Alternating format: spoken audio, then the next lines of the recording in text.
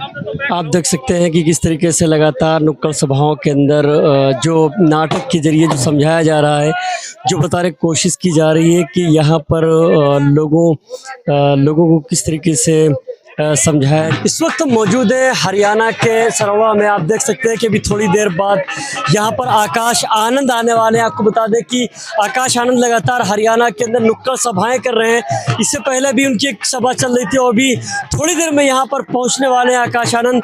आप पीछे देख रहे होंगे कि यहाँ नुक्कड़ सभा में जो लोग हैं वो नाटक के जरिए नाटक के साथ साथ में समझाने की कोशिश कर रहे हैं कि किसको वोट करना चाहिए, किसको वोट नहीं करना चाहिए। आप देख सकते हैं कि यहाँ पर इनके समझाने का तरीका है बिल्कुल अलग तरीके से है, बिल्कुल इनका अलग अंदाज है, बिल्कुल नया अंदाज है। यहाँ पर हम लोगों से बात करने की भी कोशिश करेंगे। आप देख सकते हैं कि ये जो इनके जो समझाने का एक तरीका आपने देखा होगा कि बीएसपी का जो तरीका है बिल्कुल नए अंदाज में तरीका है।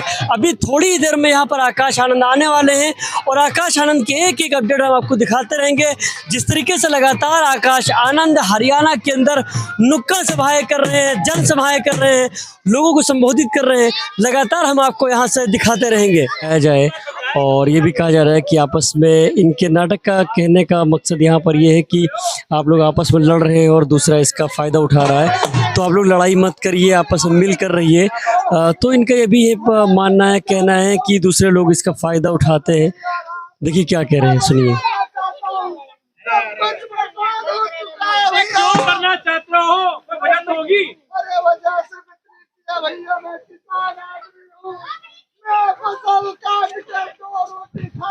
उसके अलावा मेरे जीवन में और कुछ नहीं है। जब से ये 20 सालों से तो सरकार काम कर रही है, तब से मेरा राज कहीं बिक नहीं रहा और मैं भूखा मरता जा रहा हूँ। भाई एक बात तो सही कह रहा है, इन 20 सालों में इन दोनों सरकारों ने, कांग्रेस और बीजेपी ने, किसान का बुरा हाल कर दिया।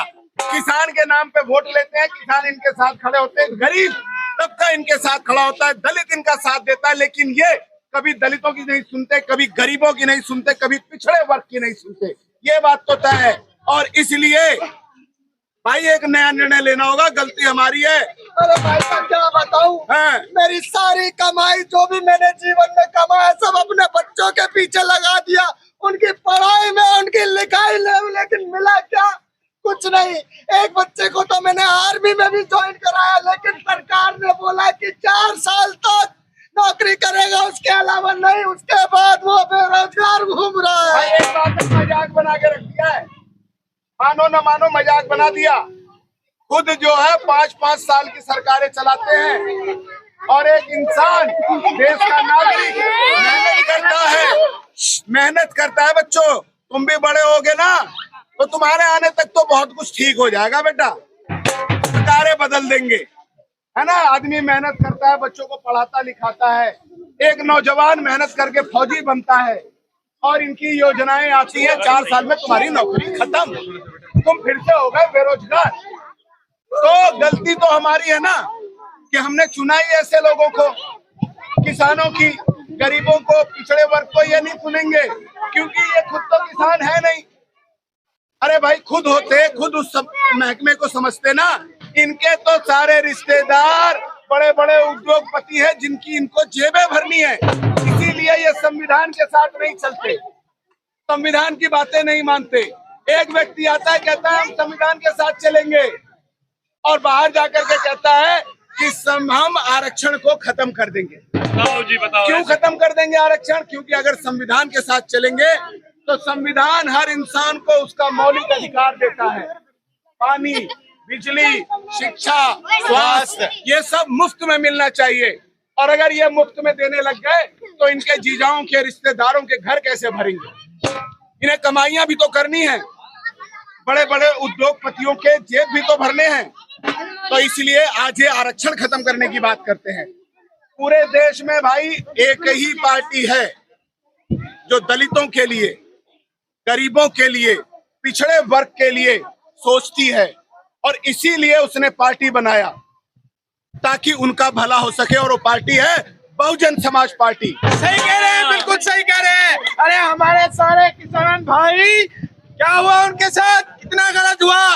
वो वहां पर सिंधु बॉर्डर पर धरने पर बैठे रहे, लेकिन पिछली सरकार ने कुछ नहीं किया। कुछ नहीं भैया, पहले कानून लाते हैं और जब किसान धरने पे जाता है, बैठता है, आप लोगों को पता होगा कितने लोग मर गए, मरे कि नहीं मरे किसान, मर गए किसान। लेकिन ये कहते हैं हमसे गलती होगा भैया ये वापस ले लेते। अरे वापस, मजाक कर रहे हो आप इंसान के साथ? इंसान की जिंदगी है, किसान मरे जा रहा है, तुम कहते हो नहीं भैया कोई बात नहीं हम वापस ले रहे हैं। क्या वापस ले रहे हो? और बात करते हैं शिक्षा की। हाँ। इन्होंने अपनी सरकार में 5000 स्कूल बंद करवा दिए। बताइए, 5000 बच्चों का भविष्य क्या है, कहाँ? और शिक्षक जो पढ़ाते थे उनकी नौकरियां गई, बेरोजगार हो गए। बिल्कुल। और उनके घर की स्थिति क्या हो गई? क्यों? सरकार की वजह से, जो अभी सरकार है उसकी वजह से। बिल्कुल। बीजेपी आती है, सरकारी 5000 स्कूल हरियाणा में बंद हो गए। बहन मायावती जी के शासन काल में उत्तर प्रदेश में स्कूल बने, वजीफे बांटे गए गरीबों के बच्चों को, ताकि वो अच्छे से पढ़ के अपना भविष्य बना सकें। ये क्या शिक्षा देंगे? अरे ये कुछ नहीं देंगे, ये सिर्फ आपको इस्तेमाल करेंगे और हमें बर्बाद ही करेंगे। अब की क्या करना है आप ये देखिए। बहन मायावती जी, उन्होंने बनाई बहुजन समाज पार्टी, जिसका सिद्धांत है कि बाबा साहेब ने जो संविधान बनाया उसमें जो गरीबों के लिए, दलितों के लिए जो स्थान दिया उसके साथ चलना है, संविधान के साथ। इसलिए बाबा साहेब संविधान लेके चले और हमें बोला, राह दिखाई कि संविधान के साथ चलो। तो हमें संविधान के साथ चलना है। और अगर अपना भविष्य आगे उज्जवल रखना है, अपने बच्चों के बारे में सोचना है, तो आने वाले समय 5 तारीख को आपको हाथी का बटन दबाना है दोस्तों, याद रखना। हाथी का बटन या फिर चश्मा। अब चश्मा क्यों सोचो? क्योंकि ताऊ है, क्योंकि मायावती जी ने, आदरणीय बहन मायावती जी ने ताऊ, पूरे हरियाणा में एक ही ताऊ मशहूर हुए जी, वो है ताऊ देवीलाल। दूसरे ताऊ नहीं आए हरियाणा में आज तक, क्योंकि देवीलाल जी गरीबों के हितों के बारे में सोचते थे, कमजोरों के हितों के बारे में सोचते थे, पिछड़ों के हितों के बारे में सोचते थे, दलितों के हितों के बारे में सोचते थे और काम किया। बच्चों सुनो मेरी बात, तुम्हारी बात मैं सुनूंगा अभी, पहले तुम मेरी बात सुनो। तो कितना बढ़िया उन्होंने काम किए, तुम्हारे पापा बताएंगे बेटा। और जब तुम बड़े होगे तो तुम्हें यही काम करना है, तुम्हें हाथी का बटन दबाना है बड़े होके। और अपने घर में पापा को, मम्मी को, सबको बोलना है कि हाथी और चश्मे का बटन दबाना है। गांव गांव में सबको बोलना है।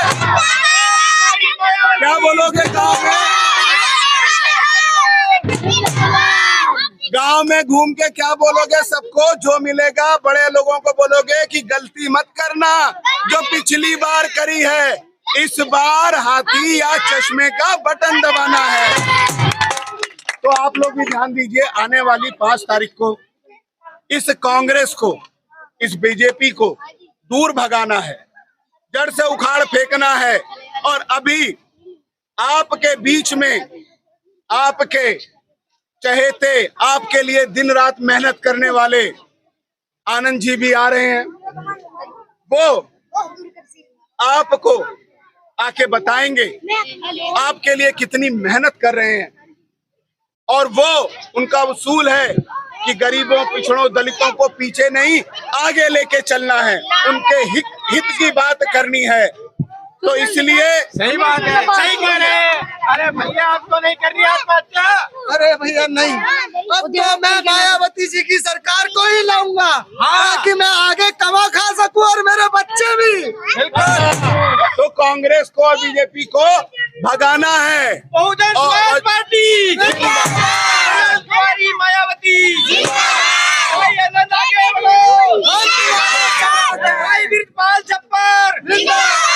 आकाश आनंद जी देखो, बच्चों बाहर पढ़ने गए, वहाँ से पढ़े, देश को समझा, सब कुछ किया और सबके भविष्य के लिए यहाँ दिन रात मेहनत कर रहे हैं। तो अब क्या करना है हमें? क्या करना है? कांग्रेस को है दूर भगाना, कांग्रेस को है दूर भगाना, बीजेपी को हम हटाना, देश को इन सब से है बचाना। बसपा किसकी? बसपा की है सरकार बनाना।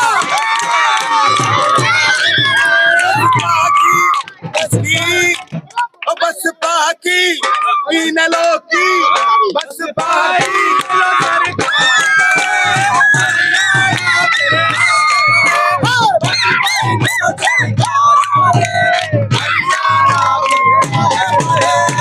बच्चों क्या गाना है कि बसपा इनेलो सरकार बने, हरियाणा फिर आगे बढ़े।